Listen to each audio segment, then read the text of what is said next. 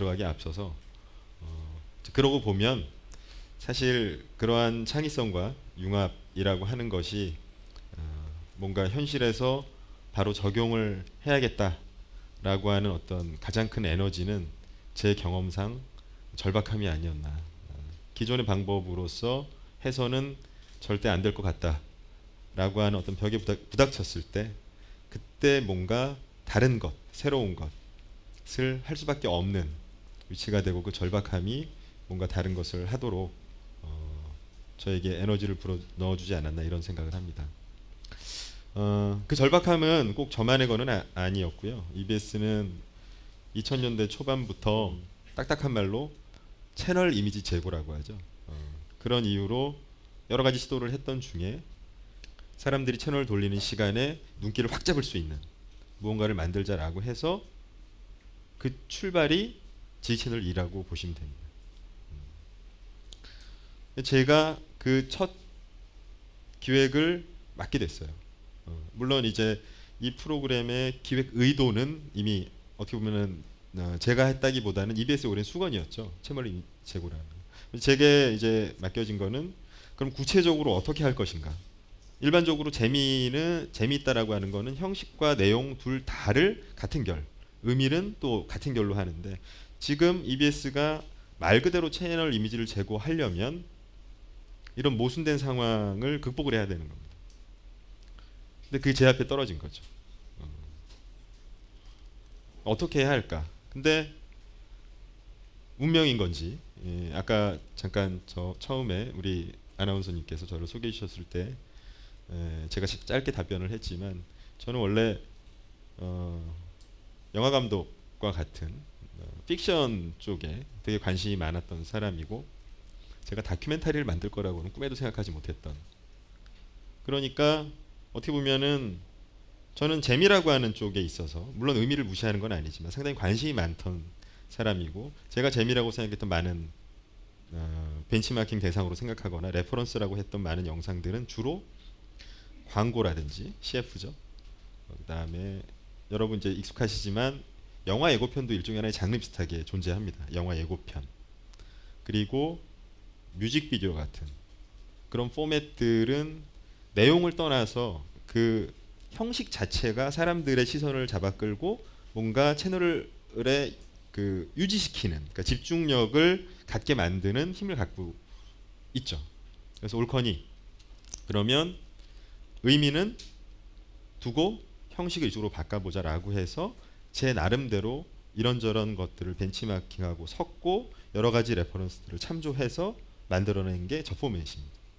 그래서 제 지금 설명을 듣고 다시 보시면 음악이 왜 저런 식으로 들어간다거나 편집 방식이 왜 저런 특수효과를 많이 쓰거나 그냥 컷도 아니고 좀 돌아가거나 휙휙 막 이렇게 하는 이유를 이제 아실 수 있을 거예요. 그리고 또 한 가지 근데 음이라는 면도 한 가지 한계가 있었던 게 기존에 꼭 교육방송만이 아니라 지식이라고 하는 것이 가지고 있었던 일반적인 관념은 지식은 완전 무결해요. 그리고 그 완전 무결한 지식을 습득해야 되는 우리는 불완전하죠. 지식이 주인공이고 우리는 조연입니다. 근데 대단히 완전 무결하고 가치 있는 지식을 잘 흡수하는 것도 중요하지만 그건 못지않게 현실적으로 봤을 때 그 지식을 통해서 그 개인이 어떤 생각을 하게 되느냐도 대단히 중요한 또 다른 지식의 큰 부분이라고 생각을 했습니다. 이런 생각을 하게 된 거는 아마도 그 주입식 교육에 대한 감성적인 반발도 상당히 컸을 거라고 생각을 해요. 되게 온건하게 제가 설명을 했지만 그래서 그렇다면 어차피 많은 지식이라고 하는 것들은 탑다운 방식을 쓰니 굳이 나까지 그럴 필요는 없지 않을까. 또 교육방송의 많은 교육 프로그램들은 역시도 그런 틀을 취하고 있으니 이 5분, 24시간 동안 겨우 이 5분, 짧잖아요. 길지도 않고 이 5분은 지식이 주인공이 아니라 그 지식을 받아들여서 생각하는 사람이 주인공이어도 나쁘지 않겠다.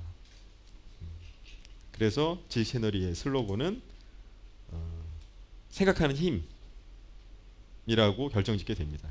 지식이 주인공이 아니라 그 지식을 가지고 어떤 생각을 하는가가 더 중요하다라고 주장을 하는 프로그램이죠, 일종의.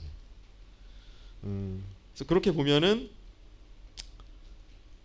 애초에 처음에 형식적인 면에서의 어떻게 보면은 기존에 어울리지 않던, 그러니까 의미와 형식 간에 어울리지 않던 것들이 일종의 융합을 이뤄내서 좋은 결과물이 됐고, 그 다음에 지식이라고 하는 것을 기존에 보던 방식과 어떻게 보면 반대로 마치 카메라를 이쪽에서 보다가 뒤집어서 이쪽에서 보는 형식으로 반대로 본 것을 다시 내용으로 합친 거죠. 그러니까 일종의 어떻게 보면 두 번의 형식적인 면과 가치적인 면에서 변형을 이뤄서 그거를 섞어낸 것이 J채널이라고 할 수가 있습니다.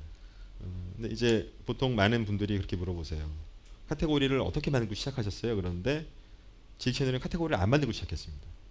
무슨 얘기냐면 1초 편이 사이언스면은 1초 편을 만들면서 사이언스라는 카테고리를 만들어요.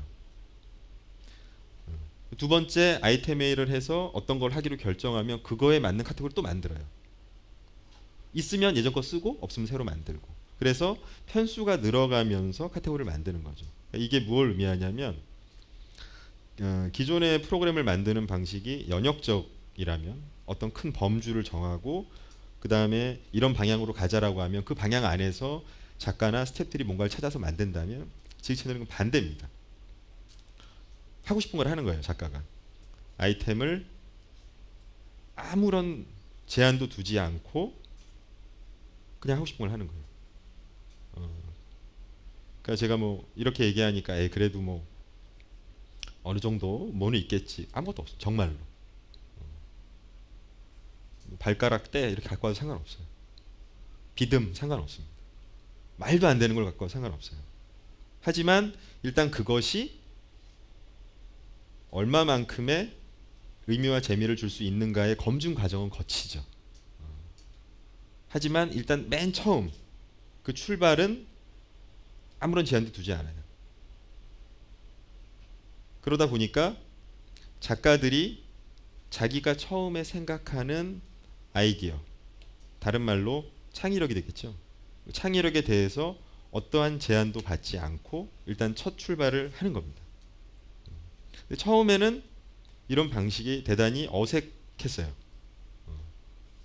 말로만 저러는 게 아닐까. 저 역시도 이렇게 해도 될까?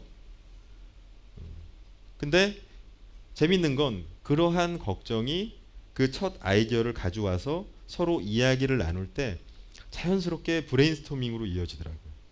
걱정이 되니까 계속 서로 얘기하는 거예요. 평소 같으면은 이때쯤에 구성이 끝나고 이때쯤에 촬영, 뭐 편집이 끝나서 완성을 해야 되는 시기인데도 계속 떠들고 있는 거예요, 둘이. 근데 그런 식으로 가서 뭔가 구성안이 나오는 거 보니까 너무 좋은 거예요.